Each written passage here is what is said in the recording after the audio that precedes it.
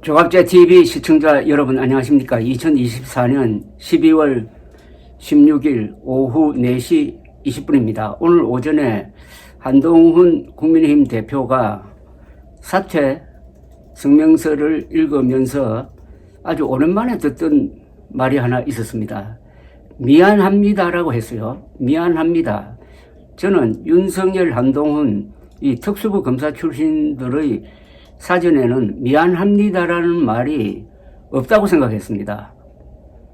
그런데 오늘은 미안합니다라고 했습니다. 그 순간 한동훈 대표가 인간적으로 상당히 좀 가깝게 느껴졌습니다. 아, 보통 사람들과 비슷한 면이 있구나 이렇게 생각을 했습니다. 그런데 아직도 미안합니다라는 말을 안 하는 사람이 있습니다. 바로 윤석열 대통령입니다. 윤석열 대통령은 지난 12월 3일 계엄 선포문 읽었을 때는 아주 격분해 있었습니다. 근데 격분해서 쓴 글이 엉망진창이었습니다. 수많은 거짓말, 왜곡, 과장, 그 짧은 글에 20건이 발견되었습니다. 그리고 지난 12월 12일에는 또 자신의 입장을 장황하게 해명 내지 변명을 했습니다. 그 글은 논리가 뒤엉켜 가지고 아주 비열한 변명문이 되었습니다. 그리고 탄핵소추안이 통과된 지난 14일의 또 입장문은 이거는 좀 뭐라고 해야 될지 모르겠는데 사가지가 없다는 인상을 받았습니다.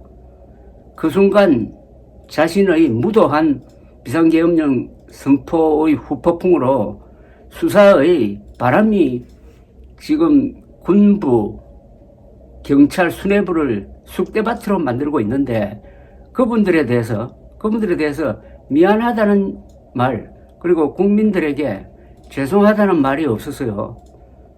이 세 가지 연설을 종합하면은 우리가 문재인 대통령을 비판을 많이 했는데 어떤 면에서는 윤석열 대통령의 경우는 그것과 결을 달리하는 이 운동권과는 또 다른 인간적 문제점이 있다는 것을 알게 되었습니다.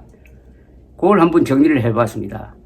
윤석열 대통령의 불법 비상계엄령이 무능한 지도력으로 순식간에 진압된 후 군과 경찰의 수뇌부가 내란 혐의 수사로 지금 쑥대밭이 되고 있습니다. 국방장관, 육군참모총장, 수방사령관, 방첩사령관, 정보사령관, 경찰청장, 서울경찰청장 등이 잇따라 구속되거나 수사 대상에 올라 군대와 경찰 지휘부가 공백 상태입니다. 전쟁이 나지 않았는데, 공산화가 되지도 않았는데 어떻게 이런 일이 벌어지고 있느냐. 그 원인 제공자가 윤석열 대통령입니다. 의료대란으로 한국전 이후 최대 규모의 인명 손실을 초래한 그가 건군 이후 최대 규모의 장교단 희생자를 내고 있습니다. 검찰특별수사본부는 어제 계엄사령관을 맡았던 박안수 육군참모총장에 대한 구속영장을 군사법원에 청구를 했고, 경찰 국가수사본부는 문상호 정보사령관과 노상원 전 정보사령관을 내란죄 혐의로 긴급체포했습니다. 곽종건 특전사령관과 여인형 방첩사령관, 그리고 이진우 수방사령관은 구속되거나 영장이 청구된 상태입니다. 여당이라는 국민의힘은 이런 수사 돌풍에 대해서 아무런 입장 표명이 없습니다. 108명의 의원을 가진 국민의힘은 윤석열과 헤어질 결심을 하지 못하는 상태에서 함께 침몰하고 있습니다. 윤석열, 김건희 부부는 주술과 음모론에 빠진 사람들이고 이 둘을 전혀 견제하지 못해 온 국민의힘은 윤석열이 내란죄 혐의를 받는데도 결사 옹호 자세를 취함으로써 역사의 흐름에서 배제되고 사교 집단화의 길을 걷고 있습니다. 앞으로 수사가 확대되면은 안보 치안 분야에서 더 많은 구속자가 생길 것이고 최종적으로 윤석열에게 올가미가 걸릴 것입니다.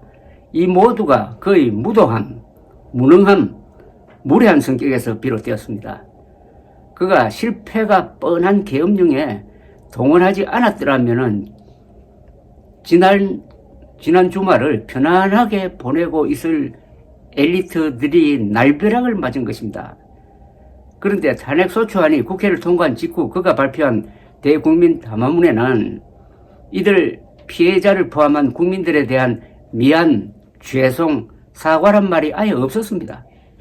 지난 세월 잘한 것들만 골라서 나열해 놓으니 자화자찬의 공적서가 되었습니다. 그는 정치권에 이런 당부를 남겼어요. 정치권의 당부드립니다.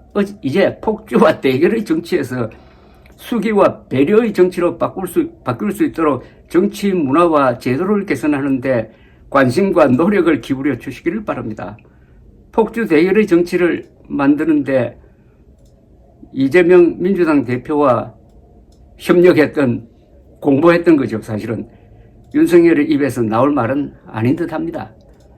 윤석열 대통령은 어리석게도 이번 자폭 계엄 테러로 이재명 대표를 코너에 몰린 이재명 대표를 구하고 그가 대통령이 되는 길을 열어준 겁니다. 그러니까 민주당이 불확실한 소리를 듣고 있는 것 아닙니까?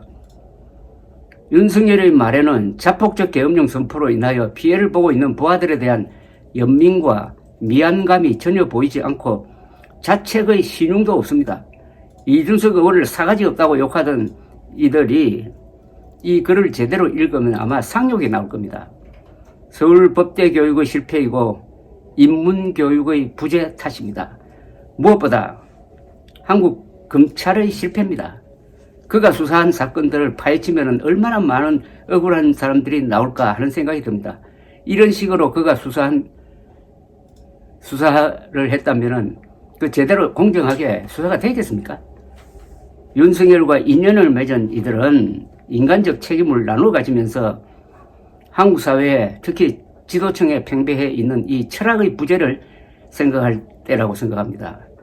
며칠 전 김정하 중앙일보 논설위원은 윤석열을 망친 3대 중독으로 권력 중독, 유튜브 중독, 그리고 알코올 중독을 꼽았습니다. 이렇게 썼습니다. 윤 대통령은 진작에 알코올 중독 상담을 받았어야 했다. 그랬으면 계엄 선포와 같은 비극적 사태는 없었을 것이다. 술로 인한 판단력 저하가 자신의 인생과 정권을 파멸로 몰고 갔다. 쓰고 나니 뜨끔하다. 새해부터 술을 줄여야겠다. 그런데 진작에 기자들이 윤석열의 3대 중독 증상을 알렸더라면 비극은 막을 수 있었습니다. 언론이 특히 보수 지식층이 청와대 졸속 이전 이준석 몰아내기 음모론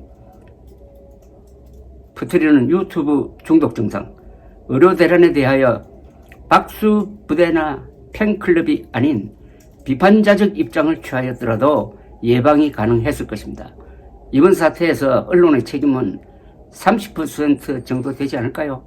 최저로 잡아서 특히 보수 언론, 그 중에서도 조선일보, 문화일보는 반성문을 쓰고 비판을 해야 할 것입니다. 이 모든 사태의 핵심은 윤석열이고 윤석열의 인성에 있습니다. 성격이 운명을 결정한다고 합니다. 그 성격이 윤석열의 운명을 이미 예정해 놓았을지도 모릅니다. 감사합니다.